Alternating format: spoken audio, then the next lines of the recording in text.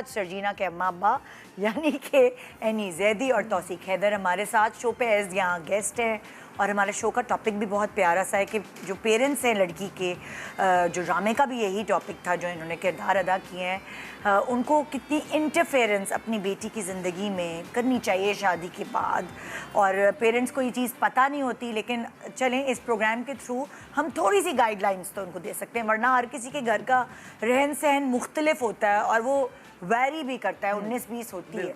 सो उसके लिए हमारे साथ एक और एनी मौजूद है एनी अरसलान, जो कि लाइफ कोच है और वो आज हेल्प आउट करेंगी एज के रिलेशनशिप की। आप क्या एक्सपर्टी है आपकी रिलेशनशिप वाइज? अच्छा, तो मैं सिर्फ लाइफ कोच, क्योंकि बहुत सारे लोगों के लिए ये भी डिफिकल्ट होता है कि लाइफ कोच क्यों है और क्यों ज़रूरी है, तो 2 सेकंड अगर मैं ये एक्सप्लेन कर लूँ फॉर ऑल आवर व्यूवर्स कि लाइफ कोच बेसिकली ऐसे ही है कि जब जिम्नेजियम्स बने थे ना, जिम बना था, तो उसके पीछे कॉन्सेप्ट क्या था?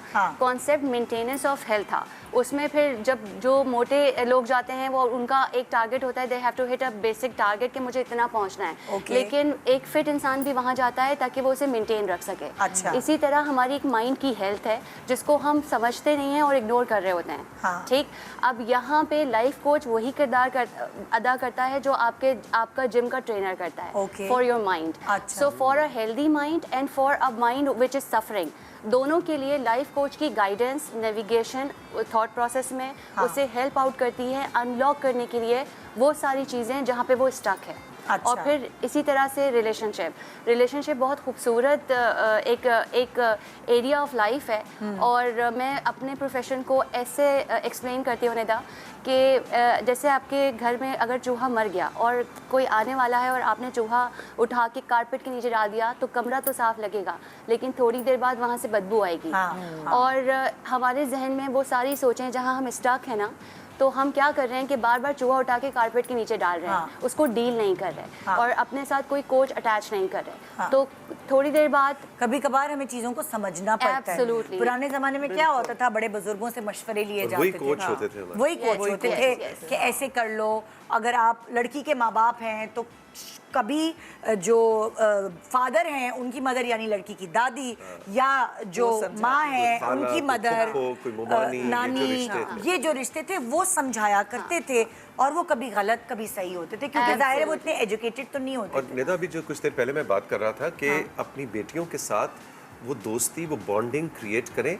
शायद वो लाइफ कोच वाला काम हम घर में भी कर सकते हैं। हम एक तो ये जो स्मार्टफोन्स हैं, डिजिटल फोन ने हमें बहुत दूर कर दिया। अब हम कई बार मैंने देखा है कि एक कमरे में बैठ के लोग जो है उस अपने फोन के थ्रू बात खाने पे गए होते हैं और मोबाइल। और मैं एक और बात भी कहूँगी कि मैं पेरेंट्स को भी कहूँगी कि एज के साथ साथ अपने आप को ग्रूम करें, अपने आप को up to the level upgrade करें। जैसे गाड़ियों की, अब हमें गाड़ियों का नहीं पता, यू नो, अगर बाप को भी नहीं पता और बेटा बोल रहा है तो वो कहाँ से कम्युनिकेशन आएगा? तो बाप को भी चाहिए और माँ को भी चाहिए अपनी बेटी के लिए कि अपने आप को अपग्रेड करे, वक्त के साथ लाए अपने आप को, नॉलेज, जनरल नॉलेज, दुनिया में क्या हो रहा है, क्या इन है, क्या आउट है, ताकि वो जो गैप है वो खत्म हो सके। और उसमें ये होगा कि आपका कम्युनिकेशन ऑटोमेटिकली हो जाएगा बच्चों के साथ। और ये जो कहना है कि अरे जी हमारे वक्त तो बड़े अच्छे थे, अरे भाई हम तो क्या करते थे, हम उस वक्त के मुताबिक हम हमारे जो बड़े थे वो कहते थे कि हमारे वक्त अच्छे थे। तो ये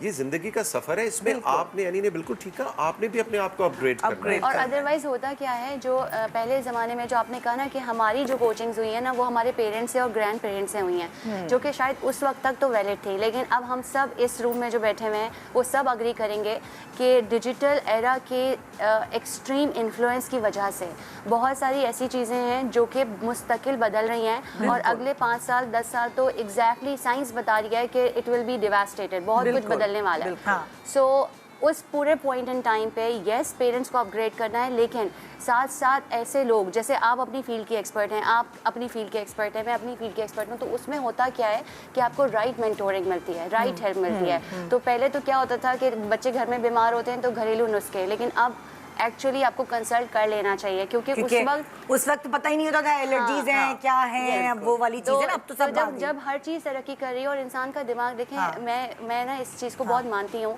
कि अल्लाह ताला ने ना इंसान को बहुत ताकतवर पैदा किया है जहनी तौर पे, ठीक है। तो जिस टाइम पे कोई कोचिंग नहीं थी तब भी लोग अपने स्ट्रेसेस तो डील कर रहे थे ना, और खुश भी रहते थे। अच्छा, जैसे हम but not in the right way, but may be not, you know. और मैं ये कहती हूँ अगर किसी का फोटे है साइकाइट्रिस्ट, साइकोलॉजिस्ट, लाइफ कोच, अगर है तो व्हाई नॉट। अच्छा, एक बड़ी इंपॉर्टेंट बात टैबू नहीं है कि आप नहीं जाए। और उसमें मैं आपको बताऊं, जो मैं सिर्फ एक चीज़ ऐड कर रही हूँ कि पहले टाइम के जो अब मेरे जो क्लाइंट्स हैं ना Nida, specially if they have reached their 50-55, तो उनके जब मैं ग्रजेस सुनती हूँ ना तो मुझे इतना दुख होता है कि अगर उस टाइम पे इनको कोई प्रोफेशनल हेल्प मिलती ना तो ये रिग्रेट्स नहीं बनते।